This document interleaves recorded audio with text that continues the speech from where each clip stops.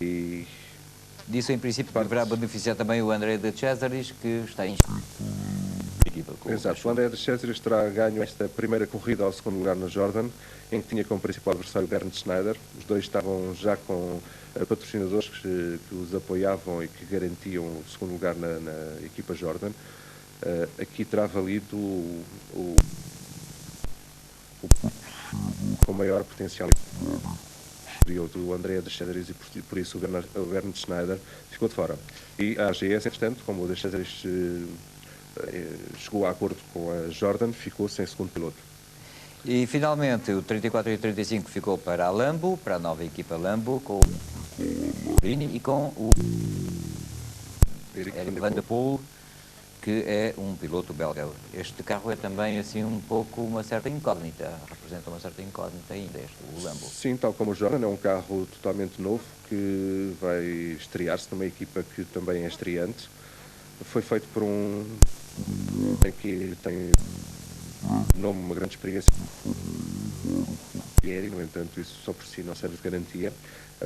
Vamos ver se os chassis que estão a ser feitos ou estão a ser acabados de acordo com as indicações recolhidas nos testes que foram sendo feitos ao longo dos últimos meses, são do que aqueles que têm sido utilizados.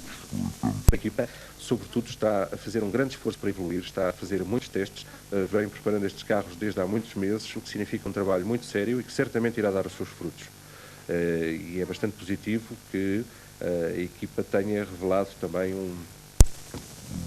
uma evolução natural, de forma a abordar a primeira parte da época já com uma certa experiência, uma certa rodagem. A Jordan não tem conseguido fazer essa rodagem, no entanto parece ter uma base melhor do que a da Lambo. Vamos ver se entretanto consegue evoluir o carro ao longo da época. Estes tempos no início da época nem sempre são positivos e são facilmente, a boa forma mostrada pelos carros no princípio da época é facilmente ultrapassável durante a época, se entretanto as equipas não tiverem os meios ou a possibilidade ou a Só partiram de Lisboa 24 concorrentes e esperava-os uma etapa com 14 classificativas, dadas em pistas de terra. Lisboa a tomar uma distância de 515 km, dos quais cerca de 170 em troços cronometrados. Carlos Bica começou bem, venceu a primeira classificativa do dia, mas não o fez sozinho, já que novamente ele e Joaquim Santos obtiveram o mesmo tempo, e em relação ao primeiro lugar ficou tudo na mesma. Mas ainda durante a primeira secção desta segunda etapa, o piloto do Toyota viria a conseguir distanciar-se 6 segundos do Bica, merecido os bons tempos obtidos na segunda passagem por Canha e nas duas que cumpriu em Cortiçadas, onde Santos estabeleceu novos recordes para estas classificativas.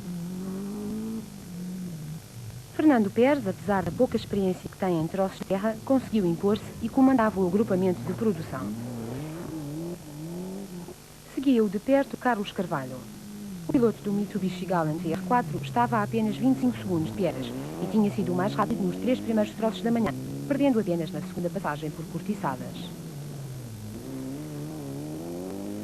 Na quinta posição geral estavam Inverno Amaral e Rubé Velado, que dominavam a classificação diante dos concorrentes ao troféu Citroën AX Sport. 20 segundos separavam Inverno Amaral de Tomás Melo Brainer. Os dois pilotos alternaram entre si os melhores tempos nas 4 classificativas da manhã, mas a vantagem continuou a pertencer ao piloto algarvio. Cada um deles venceu um dos troços, curiosamente o primeiro de todos para Inverno Amaral e o último para Tomás Melo Brainer. Nas outras duas classificativas, os dois pilotos obtiveram exatamente a mesma cronometragem.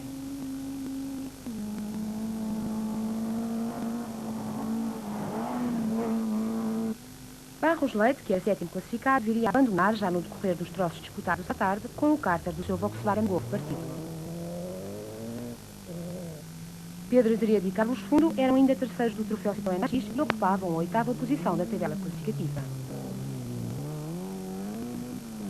Seguiam-se António Fernandes e Alder Rodrigues, também concorrentes ao troféu da marca francesa.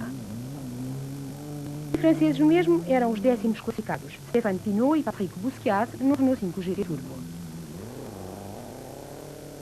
Na 11ª posição, José Carlos Macedo e Miguel Borges, muito atrasado em relação ao Inverno Amaral e longe de conseguirem alcançar os lugares cimeiros do troféu. Nas 10 classificativas da tarde, Joaquim Santos nunca deixou de ser primeiro e venceu 9 dos troços, batendo mais 7 recordes. Carlos Bica e Fernando Prata eram ainda os segundos classificados. Fernando Pérez e Ricardo Caldeira mantiveram-se à frente da produção durante os 3 primeiros troços, enquanto que Carlos Carvalho e José Alves eram os segundos a meio minuto do líder do grupamento.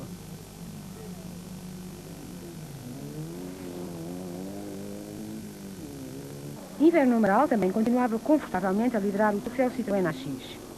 A meio da etapa, a vantagem para Tomás Melo Brainer era de 1 minuto e 5 segundos.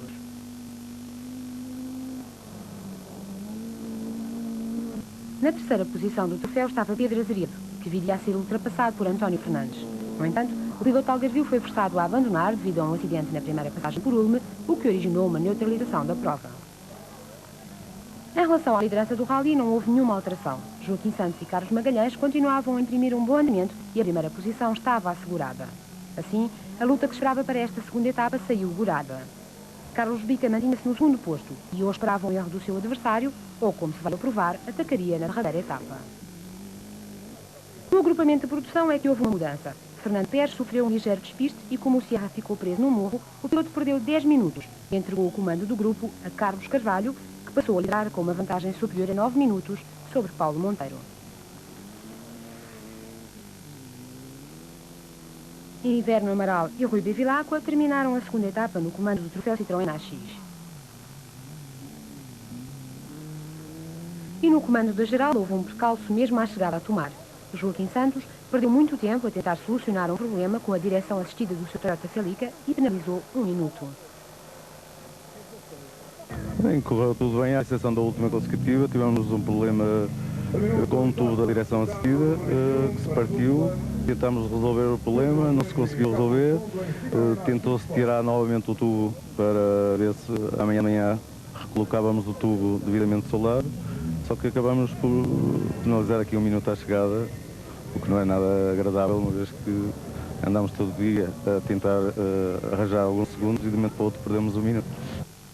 Depois da penalização sofrida no sábado, Joaquim Santos partiu para a última etapa com apenas 49 segundos de vantagem sobre Carlos Bica.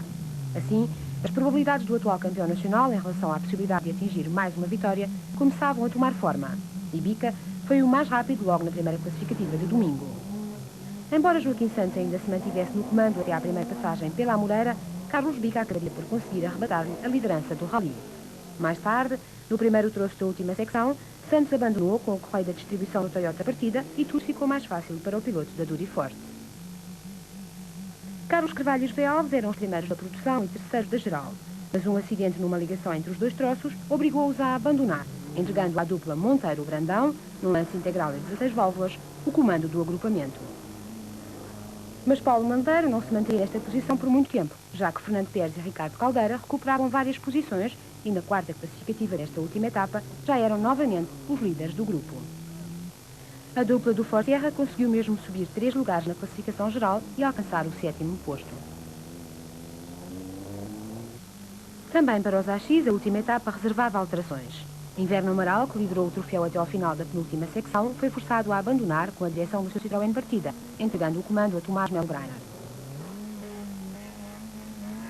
Com esta alteração, José Carlos Macedo ascendeu ao 2º posto do troféu e terceiro da geral, depois de ter conseguido ultrapassar Pedro Azeredo na tabela classificativa.